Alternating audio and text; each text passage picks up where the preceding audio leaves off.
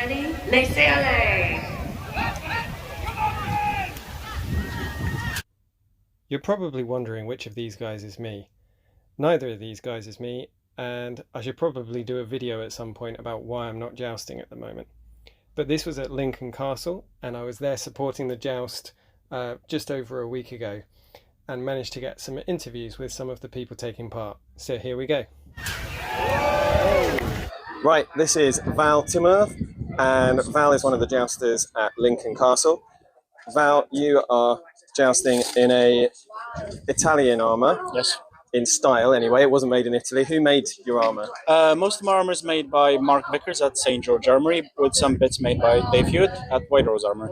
Excellent. And you joust in an armet. Yes. Here. This is quite a popular jousting helmet. What made you choose an armet?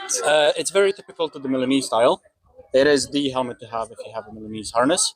It's safe. It provides overall protection. I've done skiller arms in it. I've done foot combat in it, and the vision's overall very good. I think as potentially a future project, I am thinking at replacing this cuirass with a more stylized ala tedesca cuirass. Okay. So hence why potentially as one of my projects for the future would be to replace the armet with a closed helm in the Sallet and Bever style. Okay. And the ala tedesca is kind of an Italian made, but for the export For market. the export, mostly for the Germanic states. This is the kind of thing Val's talking about. In fact, my old armour was that kind of thing. Italian with some German influences. Brilliant. Thank you very much. Excellent. Thank you. And here we have Mike Collins. Yo. Mike, your armour wasn't originally made for you. Nope. But it doesn't seem to stop you from getting some big hits in. That sounds a bit like a non sequitur. I think the thing that I'm trying to say here is that some people think that you need to have a completely custom armour made for you in order to be good at jousting.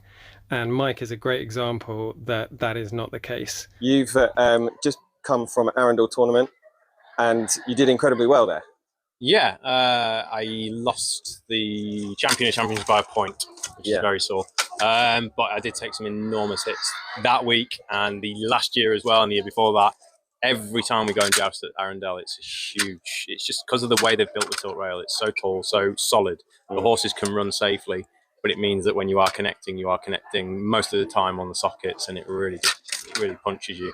So I'm the majority of my armor is mild steel, and it does bend, and it means that quite a few times lately I've been having to like rejig it and like just bend it back into shape so I can actually carry on. Yeah, that's quite standard historically. Most of the armors were bought by lords for their retinues to wear and things like that. Yeah. So so that sort of thing would have been happening. Your background is in riding, and you're an incredible rider. I keep getting questions about how people should start jousting. Have you got any tips for people if they want to get into jousting but they haven't ridden before? Learn to ride first. Become a rider. It's the only way really to get yourself comfortable, because once you're comfortable on a horse, you can start then getting into pieces of armor, and then from there you can start to look at being in full tin. Once you're in full tin and that visor goes down, you go into panic mode the first few times, and your brain goes, I'm claustrophobic, I can't see everything, and you're worried about what's around you. But really what you want to do is get down to your core riding principles, and then that way you start to relax a lot more. Yeah, so it's second nature before you start making it Absolutely. more difficult. Don't do it the other way around if you can get away with it, because otherwise you just, when things go wrong in armor, they go wrong fast. Yeah. And you want to be able to be relaxed enough that you can kind of go, right, okay, I'm fine, let's just sort the horse out, make sure the horse is all right. Because at the end of the day, our job is threefold. The first job is to look after the horse, the second job is to present a good target, and the third job is to hit the other side. So, and the horses, they enjoy it, but they would be... They let you know if they don't want to do it. Yeah, you know, they're not silly and they know what they want to do. So it's a partnership. Exactly, exactly. Yeah. Brilliant, thank you. Good luck in the jams. Thank you very much. I'd just like to pause the video here and just say a massive thank you to those of you who have liked, shared and subscribed recently. We've had some real growth in the channel over the past month, and that's down to you guys sharing the stuff that you like. So hopefully you're enjoying this video. If you are, please do hit like, do share and subscribe. Also a massive thank you to everyone who's headed over and checked out the Patreon. If you're a member of the Patreon, you get access to videos a little bit earlier, and night level Patreons get their names in my videos. So look out for those later on. So this is Ben Green. I assume that's why you chose the colours. It is largely, yep. Yeah. Why did you choose to joust in a brigandine, Ben? So in my breastplate, my cuirass, in order for the armour to be wide enough across my chest for me to be securely protected with pauldrons or spolders, it really restricted, because I got a really narrow chest, my ability to reach across my body. Okay. And obviously the slight compression you're enabled to achieve through a brigandine and the increased mobility within it works well with my physique, shall we say. And they also, obviously, when we looked at we were looking at designs, and you see the pastrama tapestries, and they are used by gentry, nobility, royalty in this case. Yeah. It seemed like a really viable option. We looked at materials, we looked at the strength under impact, etc. And for the joust that we do with the targes we wear, it seemed a pretty secure all-round fit. Brilliant.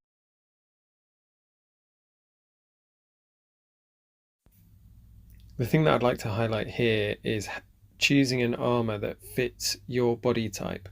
There are some armors that are definitely better for jousting than brigandines. You know, we see specific jousting armors, but if they don't Thank you work very for much. you, Good luck in the joust. then you've got to choose an armor type that does. So this is Stacey. Stacey is one of the knights here, and he's been organising the Lincoln Castle Joust. What type of armour are you wearing, and why is it so blingy?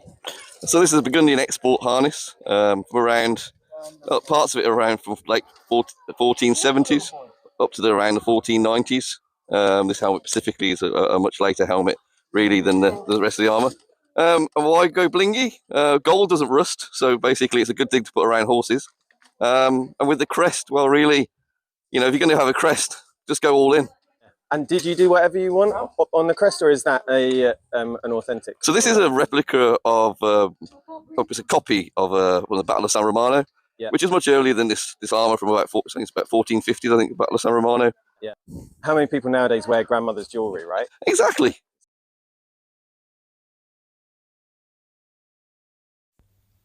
Let me just clarify here what we're not saying. What I'm not saying is that you should be able to wear any piece of armor with any other piece of armor.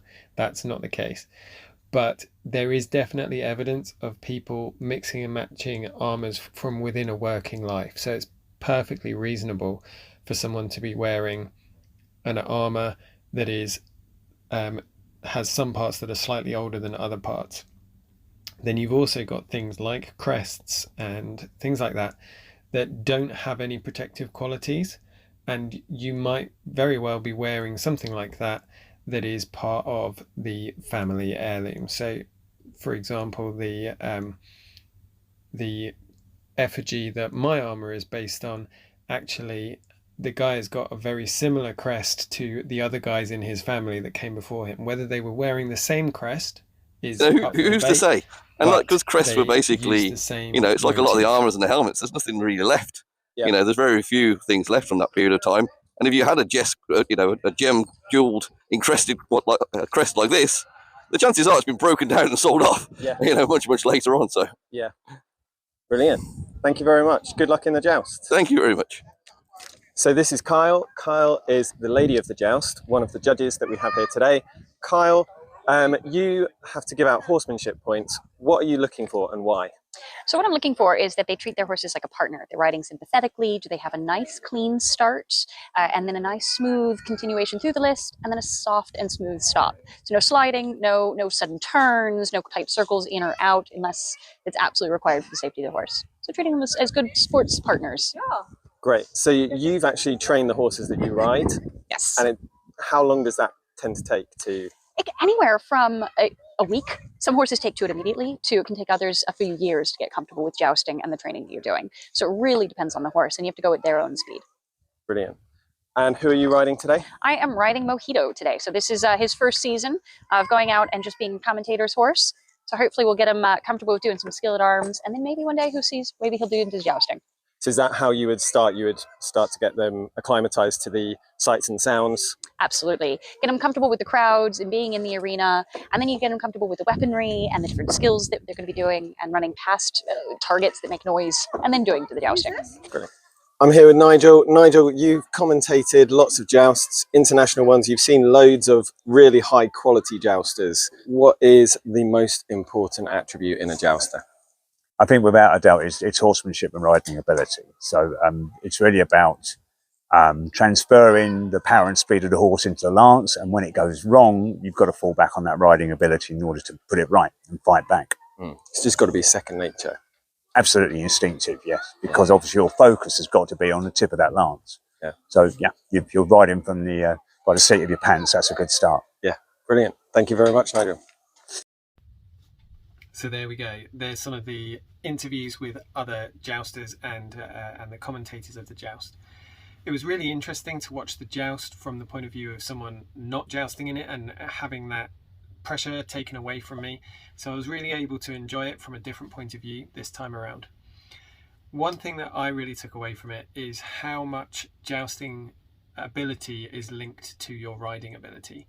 You can have very good jousters who really focus on the armor and the weaponry side of it, but the ability to just ride and just have it as a second nature and not have to think about it is so key to consistent performance in a joust. So over the whole weekend, Mike Collins came out on top, and it's entirely not at all an insult to the other guys to say that Mike's riding ability was the greatest over all of them, and the others are all good jousters and are able to appear in finals and even win competitions. But over a long period of time, just the consistency of horsemanship that Mike was able to show meant that he very rarely dropped any points over the course of the whole weekend.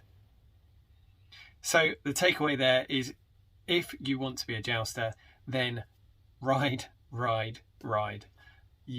That is going to be what really sets you apart. If you can increase your riding ability,